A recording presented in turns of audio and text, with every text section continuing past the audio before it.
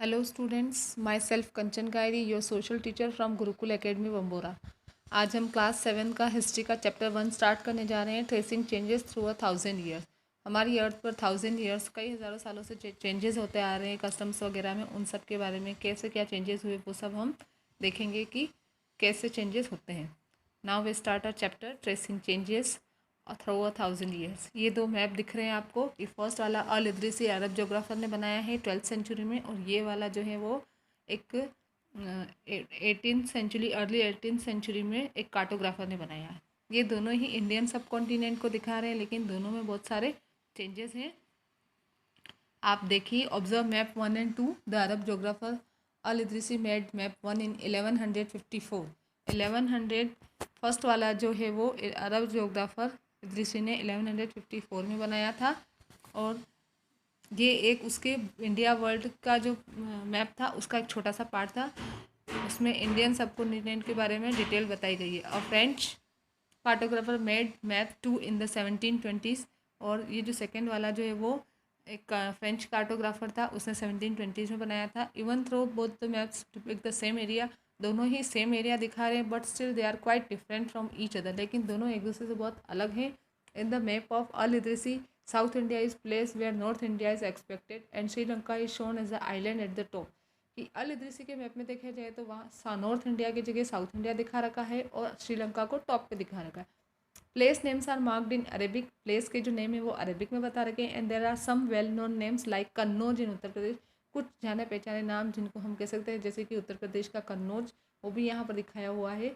Nearly 600 years after map 1 and map 2 was made, which include considerably change information about the subcontinent. इन कुछ information में change करते हुए इस map 1 और मैप 2 के बाद में 600 ईयर्स बाद में एक दूसरे मैप बनाए गए थे। This map is more familiar to us. ये वाले जो बाद के जो 600 ईयर्स बाद वाला जो मैप था वो हमारे लिए बहुत ज़्यादा फेमिलियर था। And especially the coastal areas are shown in detail. और कोस्टल एरिया यानी समुद्री इलाके यहाँ पर बहुत डिटेल में दिखाए गए थे। This map was use by European sailors and merchants on their voyage. ये जो मैप था वो यूरोपियन सेलर्स और जो व्यापारी थे उन्होंने अपनी समुद्री यात्राओं में यूज़ किया था। The fact there was a difference in the science of cartography in the two period is equally important.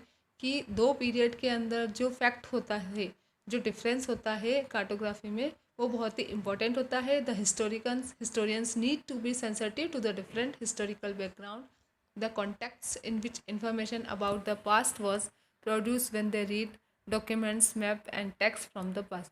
Historians को अगर वो जो टेक्स्ट पढ़ते हैं, डॉक्यूमेंट्स पढ़ते हैं या इन्फॉर्मेशन पास्ट के बारे में कोई भी पढ़ते हैं, तो उनको उसके प्रति संवेदनशील रहते हुए उन बैकग्राउंड्स के प्रति, और फिर उनको उसका अपना निष्कर्ष निकालना चाहिए। न्यू एंड ओल्ड टर्मिनोलॉजीज, जो पहले क्या टर्म यूज़ करते थे और अभी क्या टर्म यूज़ करते हैं, वही टर्म का पहले क्या मीनिंग लगाते थे और अभी क्या मीनिंग लगाते हैं, इनके भी चेंज होता था। इसी को हम पढ़ेंगे, new and old terminologies. Can it be said that language and meanings would have also changed if the context in which information is produce changes over time.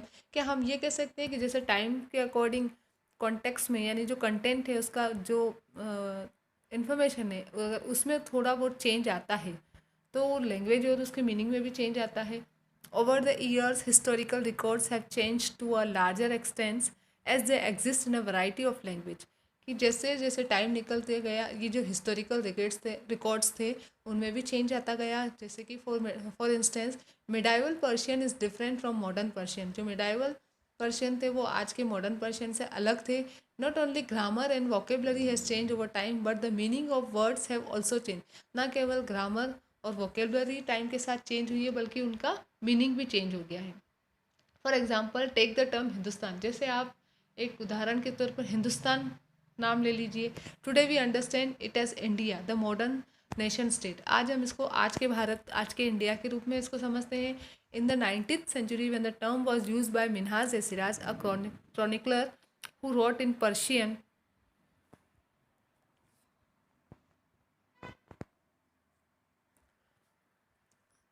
the modern in the 19th century when the term was used by Minhaj Siraj. Minhaj Siraj ने जब 19th century में 19वीं शताब्दी में इसको use किया था, जो पर्शियन में लिखता था, उसका मतलब इससे क्या था, ही मीन वो area, the area of Punjab, Haryana and land between the river of Ganga and Yamuna.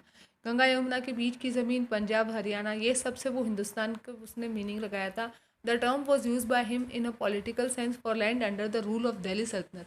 इस टर्म का यूज उसने सिर्फ राजनीतिक रूप से किया था कि दिल्ली सल्तनत के अंडर में जो भी ज़मीन आती है उसको उसने हिंदुस्तान कहा। The areas include in this term shifted with the extent of the sultanate but South India was never included in the term.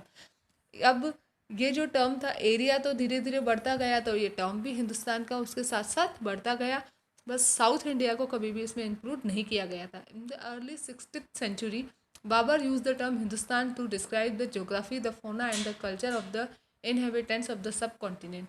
Babar ने हिंदुस्तान का यूज़ किया था यहाँ की कल्चर, यहाँ का जो फोना था, यहाँ की ज्योग्राफी थी, उन सबको दिखाने के लिए। Similarly in the 40th century poet Amir Khusro use the word Hind. इसी तरीके से अमीर खुसरो ने भी 40th सेंचुरी में हिंद वर्ड यूज़ किया था। Will read about this later in the chapter. हम चैप्टर में उसके बारे में आगे पढ़ेंगे। The term Hindustan did not carry the political and national meaning. इस हिंदुस्तान टर्म का कोई राजनीतिक या राष्ट्रीय मीनिंग नहीं कहा जा सकता है जो कि उसके आज से एसोसिएटेड हो। While the idea of geographical and cultural entity like India did exist, कि इंडिया की जो जोग्राफिकल जो उसका था, उसका जो संस्कृति संस्कार सांस्कृतिक जो सत्ता थी उसको देखते हुए उसके लिए यूज़ किया गया था। Several terms meant different things in the past therefore. कुछ टर्म जो ऐसे थे वो पास्ट में जो थे उससे आज डिफरेंट है उनका meaning. Historian have to be careful about the terms use they use today. तो आज अगर वो उनको यूज़ करते हैं तो थोड़ा ध्यान से केयरफुली यूज़ करें। जैसे कि for instance take a simple term like foreigner, जैसे कि आप फॉरेनर को ले लीजिए। आज today it is use to denote someone who is not an inhabitant of India. आज हम जो इंडिया का नहीं है उसके लिए फॉरेनर वर्ड यूज़ करते हैं, पर मिडाइवल पीरियड में ऐसा नहीं था। A foreigner was understood as an stranger who appeared in a specific village and was not a part of that society और culture in the medieval period. Medieval period में उसे एक स्ट्रेंजर या फिर जो कि उनके किसी स्पेशल विलेज से होता था, उनकी सोसाइटी का, उनके समाज का, उनकी संस्कृति का हिस्सा नहीं होता था, उससे फॉरेनर कहा जाता था। In Hindi the term pardesi might be use to describe. Hindi में परदेसी वर्ड का यूज़ किया जाता था ऐसे बताने के लिए। सच अ पर्सन एंड अजनबी इन पर्शियन, और पर्शियन में उसे अजनबी बुलाया जाता था। A city dweller hence might consider a forest dweller as a foreigner. एक सिटी का रहने वाला, जंगल में रहने वाले को फॉरेनर कह सकता है, फॉरेनर समझ सकता है। But if two peasant have had different religious, लेकिन अगर दो किसान हैं, दोनों अलग अलग धर्मों के हैं, अलग अलग कास्ट के हैं, बट वो सेम विलेज में रहते हैं, तो वो एक दूसरे के लिए फॉरेनर नहीं हो सकते हैं। Historians and their sources, historians और उनको इन्फॉर्मेशन कहाँ से मिलती है और क्या क्या सोर्सेज हो सकते हैं। Different type of sources was use by the historians to study and learn about the past depending upon the period of their study and the nature of their findings. कि जो हिस्टोरियंस होते हैं उनको past के बारे में study करनी है कि जो उस पीरियड, उनकी जो स्टडी का पीरियड है उस पर डिपेंड करता है, जो फाइंडिंग्स मिलती है उस पर डिपेंड करता है। उसके लिए अलग अलग टाइप के सोर्स वो यूज़ करते हैं। जैसे कि for instance in class 6 you read about ruler of Gupta dynasty and Harshvardhan. जैसे कि आपने क्लास 6 में गुप्ता डायनेस्टी के रूलर्स और हर्षवर्धन के बारे में पढ़ा था। अब आप यहाँ पर नेक्स्ट 1000 ईयर्स जैसे कि 700 टू 1750 के बारे में, 50 तक जो भी हुआ था वो इस बुक में आप पढ़ेंगे। The sources use by historians for the study of this period show some continuity.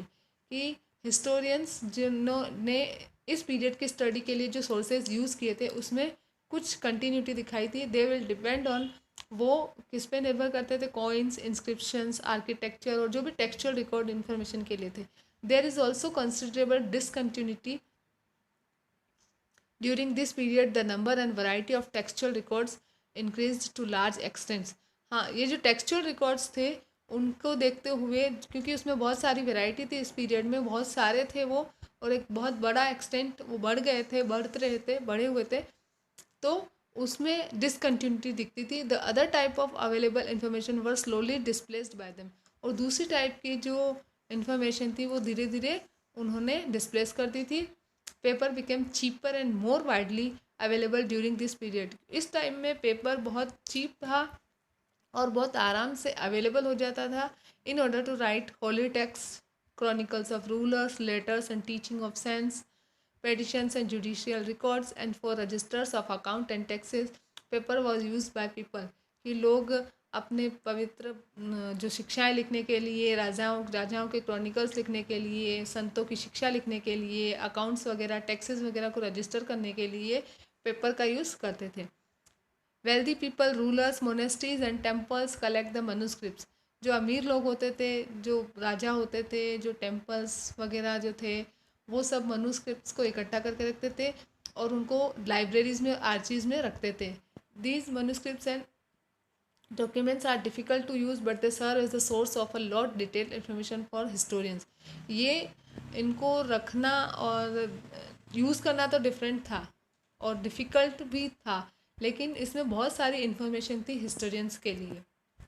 In those days scribes copied manuscripts by hand as there were no printing press. उन्हीं दिनों में जो स्क्राइब्स होते थे, यानी कि उनके जो लिखने वाले होते थे, एक लिखने के बाद में दूसरों को लिखने के लिए दे देते, वो स्क्राइब्स होते थे. तो वो क्या करते थे, इन मैन्यूस्क्रिप्ट्स की कॉपी करते थे. क्योंकि उस टाइम प्रिंटिंग प्रेस तो थी नहीं. If you ever have copied a friend's homework you would know that there is not a simple task. इसको आप ऐसे समझ सकते हैं कि अगर आप अपने फ्रेंड की कॉपी से होमवर्क कॉपी करते हैं तो कोई ईजी बात नहीं है, कि कभी कभी आपको देखना पड़ेगा कि उसने जो लिखा हुआ है, आपकी फ्रेंड की हैंड राइटिंग कभी कभी आपको समझ में नहीं आएगी. उसका रिजल्ट ये होगा कि आप उसमें कुछ छोटे छोटे डिफरेंसेस हो जाएंगे उसके वर्क में और आपके वर्क में. तो इसी तरीके से मनुस्क्रिप्ट में भी होता था. Manuscript copying is similar to this. Scribe also make small changes in a word और a sentence while copying the manuscript की कॉपी करते हुए स्क्राइब्स क्या करते थे, उसमें वैसे छोटे छोटे चेंजेस कर ही देते थे. कभी कभी उनको कुछ समझ में नहीं आता तो until manuscript of the same text became largely different from one another. कि एक ही टेक्स्ट की जो मनुस्क्रिप्ट होती थी वो एक दूसरे से बहुत थोड़ी अलग होती थी. These small differences grew over centuries of copying. और ये जो छोटे छोटे डिफरेंस होते थे वो धीरे धीरे जितनी कॉपी होती जाती थी उतने बढ़ते जाते थे.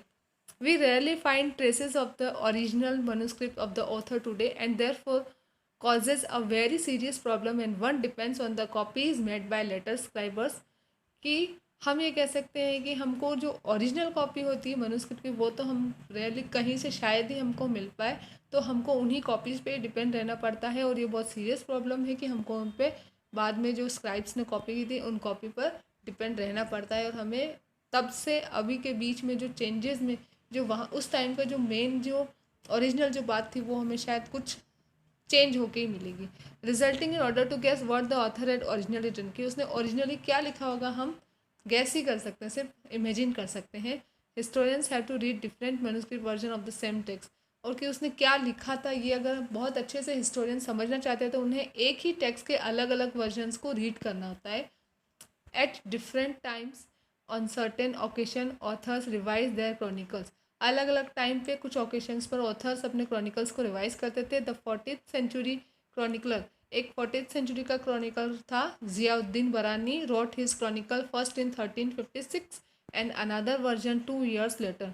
और उसने पहला तो लिखा 1356 में और उसी का दूसरा वर्जन लिखा 2 साल बाद में.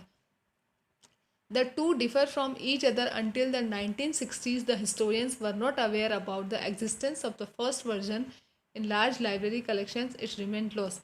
कि historians इसके बारे में बिल्कुल अनजान थे जब तक उनको इसके बारे में पता नहीं था फर्स्ट वर्जन के बारे में.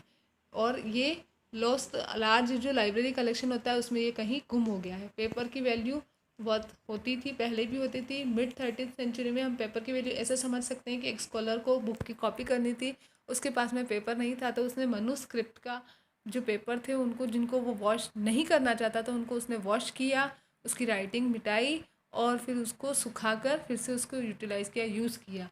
और तो हम ये कह सकते हैं कि जो पेपर जो था वो 13th में तो एक्सपेंसिव रहा होगा और 14th सेंचुरी में वो ईजीली अवेलेबल होने लग गया था. यहाँ पर आपका इस चैप्टर का पार्ट 1 फिनिश होता है.